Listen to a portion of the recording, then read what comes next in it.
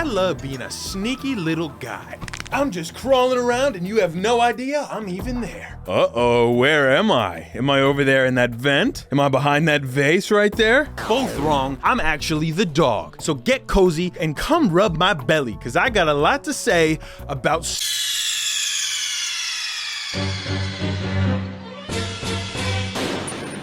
One of the first games I ever played was Splinter Cell Chaos Theory. It's a super spy game where you do super spy stuff like sneaking through vents and cutting out the lights and turning on your night vision goggles and whispering softly into another man's ear. This game completely changed my idea of what games could be. But there hasn't been a new Splinter Cell since Blacklist in 2013. The last Metal Gear game was a zombie survival game. What the fudge? Where are all the stealth games? And don't tell me we're still getting Assassin's Creed games either, because the only thing sneaky about an Assassin's Creed game anymore is how they disguise this lazy Witcher clone as an assassin game. Most of the games coming out right now are action-adventure games that feature this fantasy of being a super powerful, awesome, sexy lion that eats bullets and fucks the sun. What makes the stealth genre interesting is that most of the time, you're just a guy. In 2012, Mark of the Ninja came out. You play as this awesome, sneaky ninja who just like has a grappling hook, and you know, there's a whole bunch of places to hide, and you can cut out the lights and sneak up behind people and kill them. But as soon as you get spotted, you realize you're just a guy in pajamas with a little knife,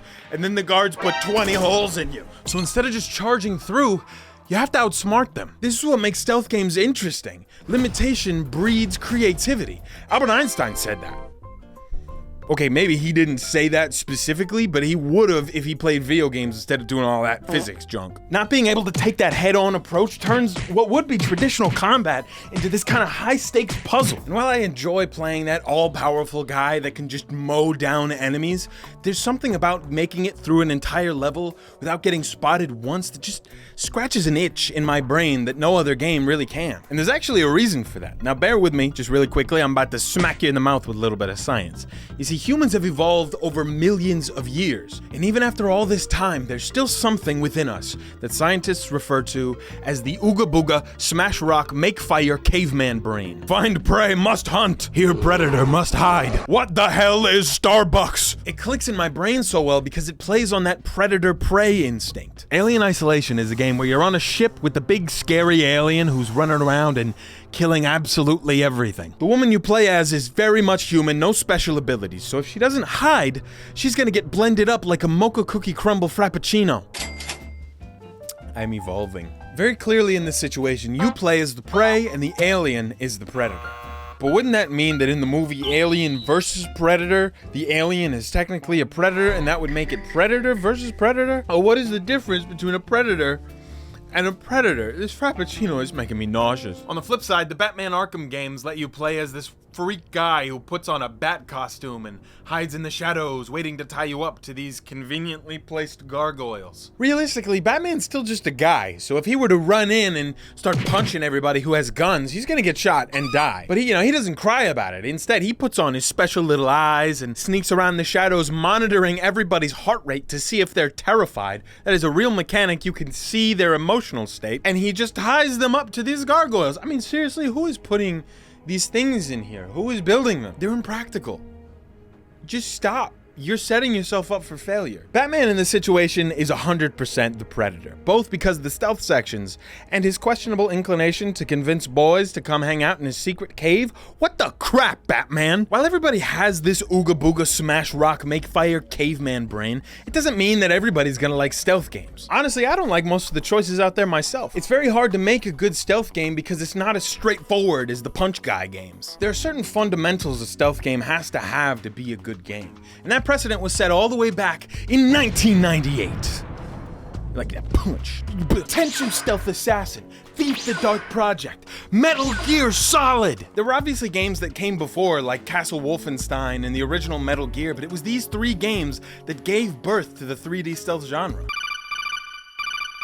Metal Gear Solid, in my opinion, had the best detection system of the three, giving you this little map in the corner that would show you enemy vision cones so you could strategize your way through them undetected. See, the whole point of these games is not getting caught, so there has to be somebody there to catch you if you fail. NPCs, or non-player characters, are put into the environment with a place to stand or a path to walk. These NPCs have a kind of view cone thingy that's just supposed to simulate how they would see. Metal Gear made detection very straightforward and simple by showing you the view cones in the top right corner, whereas most games, it's invisible and you're kind of just left to figure it out on your own. Over time, these view cones evolved to look like a really surprised face, where they've got this main view and they've got this wider view that's meant to simulate the peripherals, and then these two little things in the back to simulate that over-the-shoulder kind of view. But as features like taking cover behind stuff in games became more prevalent, new systems like lines from the enemy's vision making contact with some of your bones got implemented. And the more contact he would make with your bones, the more likely he was to take your bones. Metal Gear had the best detection system at the time, but as things evolved, the detection systems got much better. But one thing Metal Gear got right away were these stages of detection. This has been implemented in almost all modern stealth games. Instead of the enemy just getting a glimpse of you and immediately blowing you up with a rocket launcher, there are like 3 stages that they go through. Oh crap, I think I maybe see a guy over there. Holy sweet Jesus Lord, I think I see somebody. God in heaven, Jesus, Mother Mary, he is risen. I definitely see somebody over there. This is meant to give you a short opportunity at stage 1 to get out of the way before he can reach stage 2. Stuff like that's so hard to convey to the player though, so future games such as Dishonored will include something like a lightning bolt above the enemy's head that will cycle through the different animations and show you what level of alert the guard is. It was not the first game to do this, I just really like Dishonored. It's features like this that make games less confusing and more fun. If I get caught in a stealth game, I want to feel like it's because I messed up, not be confused about what the freak is going on. You know that moment when you're playing a stealth game and that guard from all the way across the map points at you, runs over and pulls down your pants in front of the whole school, and you just so happen to be wearing your Batman underwear that day, and so now everybody in school calls you Buttman? Yeah, that sucks. It's not important that these NPCs detect you in a realistic way, but rather they should detect you in the way the player thinks they should. A good stealth game understands how to keep a player on the edge of their seat without throwing them under the bus at every little mistake they make. Unless you're this game, but we can talk more about that later. Tenchu's Stealth Assassin was not a very good game, in my opinion. It didn't incentivize stealth very much for a stealth game. What Tenchu lacked in tension and polished mechanics, it made up for in gadgets. Grappling hook, ninja star, smoke bomb, fire blast, caltrops, run fast, win thing, food distraction, bombs. Look, everybody needs a little help from time to time. It's nothing to be ashamed of. It's completely natural. Happens to everybody. Now, of course, I'm not going to tell my friends about it. Liar. Stealth games are at their best when you have a whole bunch of awesome tools to work with. Why kill my prey when I can just really annoy him with these rocks I found? Stealth games can easily become a sneak up behind a guy and press square simulator, but with gadgets, your playstyle opens up infinitely more. The only thing better than gadgets are superpowers, like the ones in Dishonored. Why talk about rocks or stupid view cones when I can just blip right through the view cone, and now I'm a rat, and I'm just running around, I'm running straight through your legs, I'm just biting the cheese, and I'm spreading the plague, I'm just crazy like that, I'm a rat. Specifically in games where you are the predator, these gadgets make it feel 1,000 times more like it's your own experience, and you can do it however you want to. While I love them in a lot of games, gadgets and powers are not always the best thing to add to a game. So please, if you'll join me on a trip through the Museum of Lame Game Features. And up here on the right is Assassin's Creed Eagle Vision. It basically lets you see through walls entirely, replacing any form of tension with riveting hay bale action. Seriously, why do these guys have such a hard-on for conveniently placed bales of hay? And up here on the left, we have Far Cry Infinite Rocks. You don't need to find these rocks, you just have an infinite supply of them. Where are they coming from? Don't ask. And here at the end, we have hiding in barrels and boxes. Get out of there, you freak. Several games include this mechanic, and it is always stupid. There is no reason enemies should not be any bit suspicious about a box just blipping around. I tend to buy into the fantasy a little more when it makes sense why one little weirdo can dismantle an entire army by crawling around in some vents. Having stuff like high-tech gadgets or superpowers kind of levels that obvious power imbalance in my mind. If I have the fucking mark of the outsider, it makes a little more sense how I could be a one-man army. Also, how cool does Mark of the Outsider sound? Should I get a Mark of the Outsider tattoo on my arm right here? It's completely unrelated. I've just been thinking about it for a while, and it would be really cool to just like put on my body. And while detection and gadgets are important aspects of stealth games, the most important part, in my opinion, is the tension / immersion / giving a shit about anything going on. And for that, the prize goes to Thief the Dark Project. Where Metal Gear Solid gave you the vision cones to look at, Thief the Dark Project takes a different approach at teaching you how to be a sneaky little guy. These claustrophobic maps have very obvious shadows, and while you can technically kill your enemies, it's very hard. So you're better off just trying to sneak past them in these shadows and listen out for them. The game even gives you this itty bitty little light bar at the bottom so you can see when you're in shadows and when you're not. And the sound design is crafted so that you can always hear the enemies when they're creeping around you or opening doors nearby. The game also makes it worthwhile to actually explore the map because there's a bunch of treasure around that you can steal, and the more treasure you steal, the more gadgets you can buy. Making me want to look around the map while also making me terrified to look around the map is the perfect way to create tension. I asked around a lot before I started making this video. I wanted to know if people actually enjoyed stealth games, and a lot of people told me that they just didn't have the patience for these kinds of games.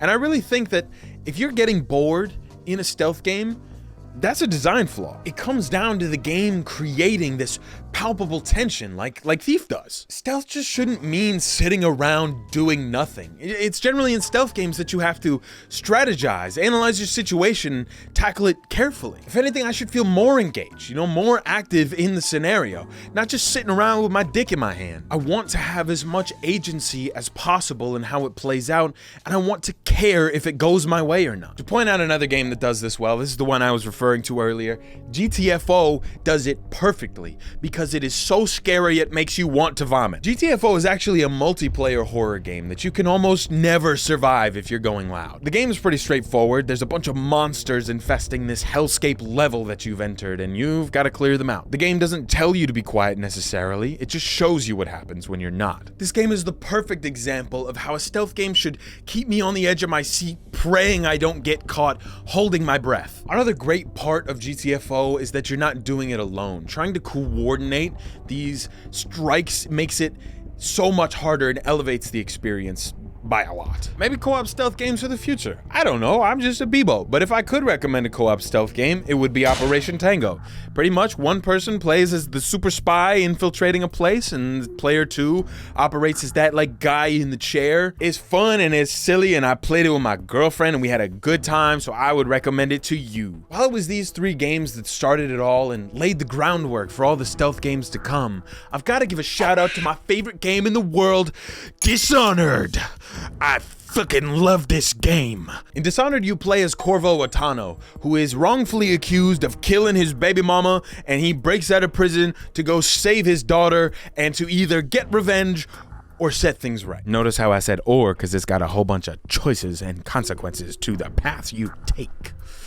The only reason I bring it up is to highlight another one of the most important aspects to a stealth game, which is having a dynamic play space for me to be all sneaky in. In Dishonored, you explore Dunwall, a place with plenty of dark corners and towering heights. The environment is filled with citizens walking around the streets and gang leaders you can completely optionally talk to gain access to new information and new ways to tackle your objectives. Maneuvering in this living world with those powers I was talking about before makes it feel like the only limits here are your imagination. It truly is, in my opinion, one of the only games that understands how to make stealth feel exciting and imaginative. I just love when games give my goofy ass some options. I don't want to pick this lock, I want to crash down through the ceiling like a cartoon character. Why would I go down there and kill that guy when I can drop a conveniently placed anvil on his head? Oh, I gotta get into this building here? No problem, I'll just go talk to the gang leader. He's gonna put a bomb in this guy's butt so I can sneak in. I'm not exactly sure how it's gonna help, but he was very insistent that we put a bomb bomb in this guy's butt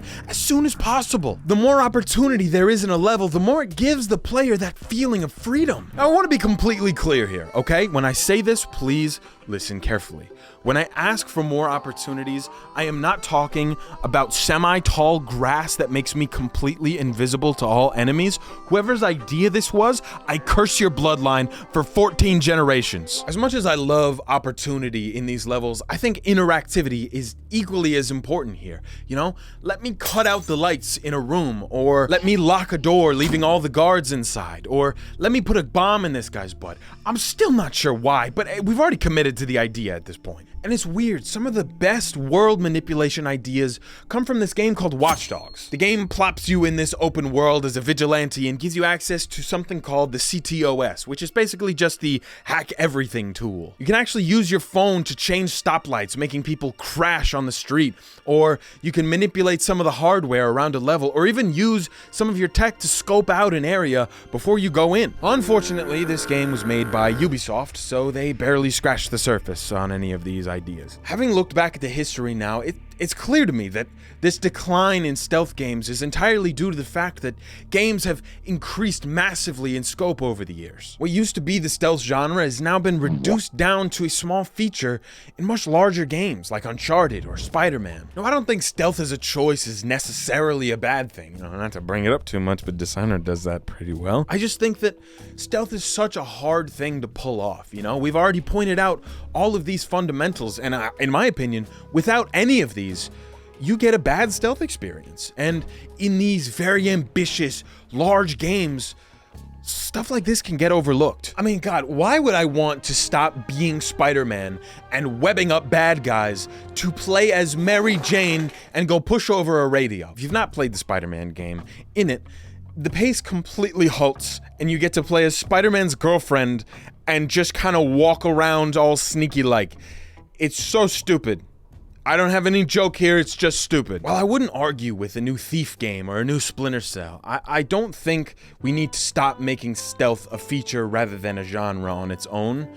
I just think that it would be awesome if developers took the time and the care to make these stealth experiences worthwhile and fun and an actual playstyle for the game rather than just a little segment. Maybe some games could even get like a stealth difficulty that changes how some things work and makes that kind of playstyle more viable. At very least, just please, somebody put a bomb in that guy's butt. We've been talking about it all day. We've just gotta do it. Hey, what's up? It's Zach here. Yeah, I broke out the legal name for this one. I didn't script this part of the video, but I just want to say a few things at the end, you know. I hope you enjoyed this video, this kind of video that I'm trying to make. I'm still not the most experienced writer, but I'm trying my best with everyone that I'm making, and I hope it comes out good. I don't really know yet. If you don't know, I just made this channel recently, and I'm kind of trying to take all the elements of stuff I've made in the past and bring them here to a new thing. And you know, it would mean a lot if you subscribe. I know it's corny for people to ask for this kind of stuff, but I love doing this. This is what I really want to do, and you know, it would help out a lot if you would just like subscribe or, you know, hit the like button, do all the stuff, and you know, maybe watch another video. Clicking on the card always helps with engagement and stuff. But yeah, thanks for watching through the whole thing. I know it was just a whole lot of information getting like thrown at your face, but I like making this stuff. I hope to make more stuff like this in the future. So thanks. Yeah, probably should have scripted this part. Anyway, yeah, click a card. That'd be cool. Okay, bye.